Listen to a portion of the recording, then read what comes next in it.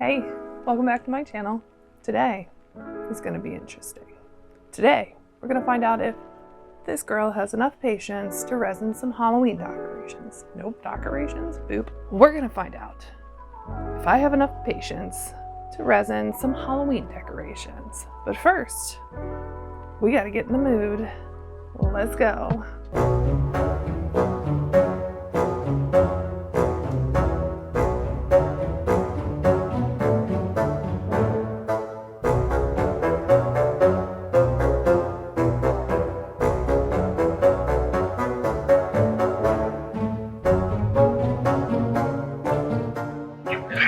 Careful where you tread on this dark night. You don't know who you will run into.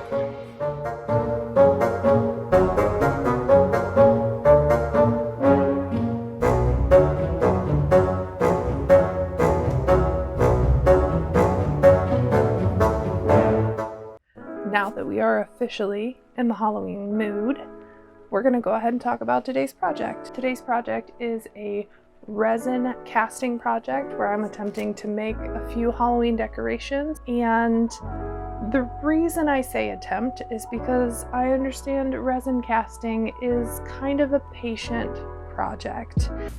I can wait. I'll file my nails while I wait. I'll file my nails all the way down. I'll file my nails clean off while I wait. And I am an impatient person. So, can we do it? Hello, darkness, my old friend. I've come to talk with you again. I'm gonna give it my best shot. What we're casting is a skull and a crystal ball and stand. Both of these molds I found at Joann's Fabrics. So here's a clip of the items that I'm using to do this project.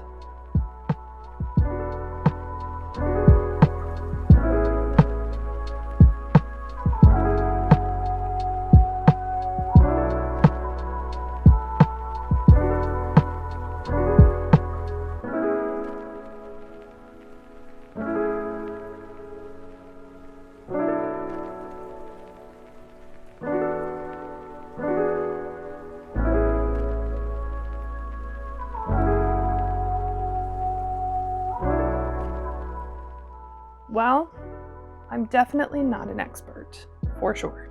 I've only resin casted maybe a handful of times, been very small keychains. I'm a little nervous because I know by watching other people's videos that there are a lot of people who use specialty items to resin cast, vacuums and whatnot to make sure all the bubbles come out. So I'm very nervous when it comes to the bubbles. I don't have any fancy equipment. I'm just going to be using what you saw in the previous clip and hoping for the best. So why don't we jump into the footage? See you on the flip.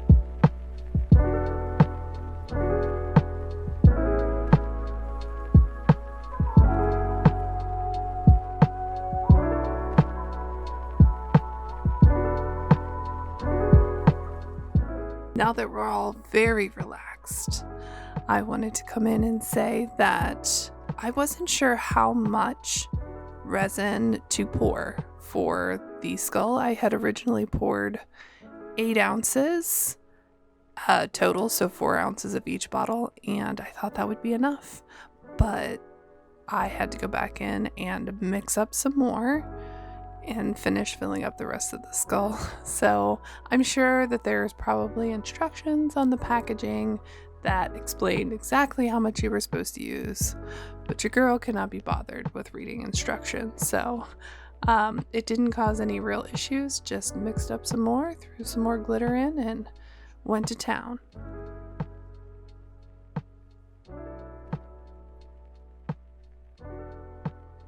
Here I'm filling up the crystal ball portion of the mold. It is just a circle, and I was able to use the lighter to expelliarmus a lot of the bubbles out until I had to put the lid on. And once the lid was on, it was pretty much impossible to get rid of bubbles.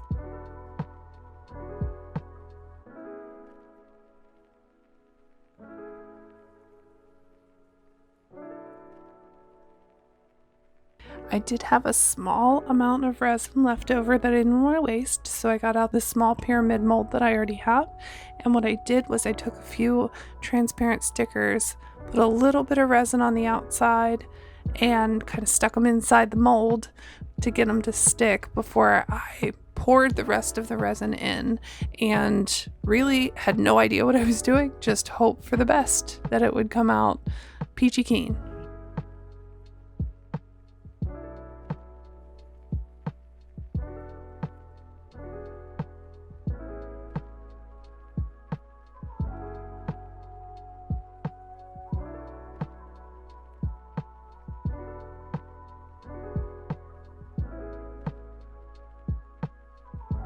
And now we wait. I did fail to get some appropriate footage of this pedestal portion of the crystal ball, where I had put a little bit of the red glitter resin just around the rim because I wanted to make it a two-tone. And for the rest of it, I mixed some mercury colored mica powder into the resin to make the pedestal this gray, metallic, and red glitter combination, and I hope that it turns out all right.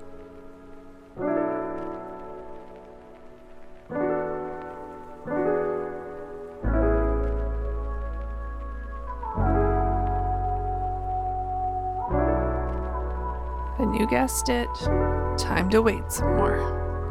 Here, I've asked my business partner a question. Will I be able to demold these easily?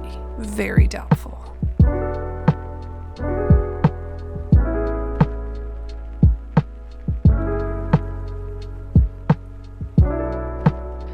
This bonus item, this tiny pyramid, just popped right out. It couldn't have went any smoother.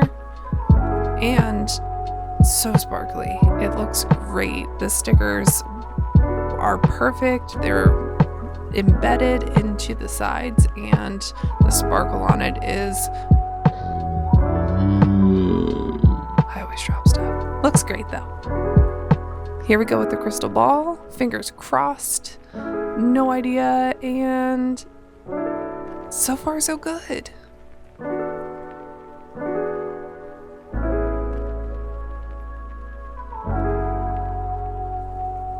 Came right out. It looks great. Couldn't be happier. Little bit of bubblage there, but perfect.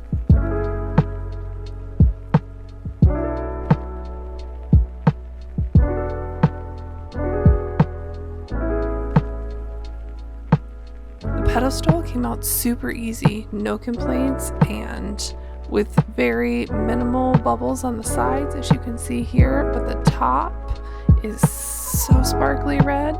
It looks gorgeous.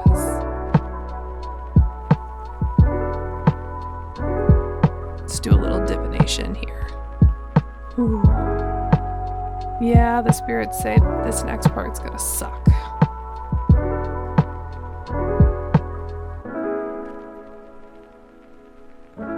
Now I sped this footage up.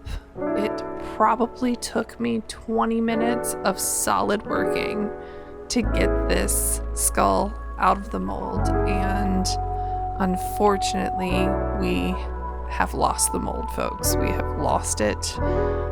It had fused to certain smaller little details of the skull, and there was just no getting around it. I had to yank and pull and rip and tear until this bad boy came out.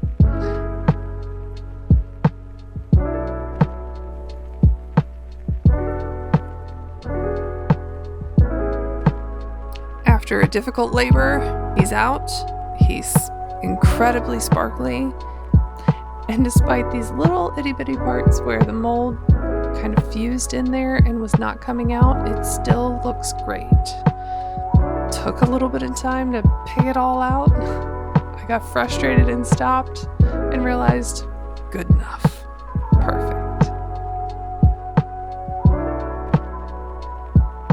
The kind of discoloration on the sides is where there are way too many bubbles. Clearly they settled into the fine details of the mold, and you know, it is what it is. I think he looks great, and he's ready to be a part of our Halloween decorations from here on out. Just look at that sparkle.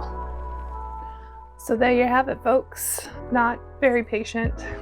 I'm open to any suggestions, tips on how to not destroy your silicone molds when resining. I know some people use a mold release. I did not purchase any of that. I didn't even think of it ahead of time because the other resin projects I did were very small, very few bubbles. I didn't realize that the more bubbles that were in the project, the more of the possibility of the silicone mold fusing to the project. Lessons learned. Try better next time. I know that it's patience in stirring and being very slow and making sure that you don't create the bubbles in the first place. And then potentially, like I said in the beginning, there are people who use vacuums to pull the bubbles out.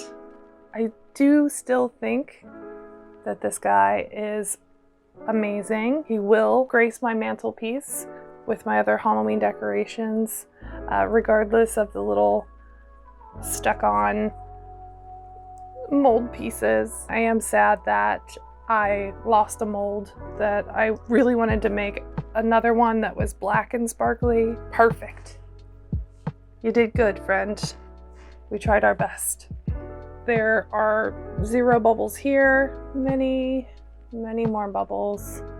And then of course this little dip where I was pouring it in, which I don't mind so much because it gives you the ability, if you have a flat surface, for it to sit on a flat surface and not roll around. So I think that's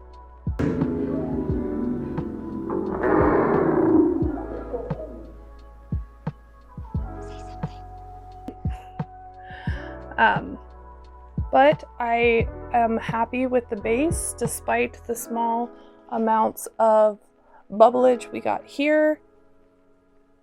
The mica powder that I used was a metallic from a Galaxy collection, and I'm not a big fan of the way it settles when it's just sitting. The inside looks great.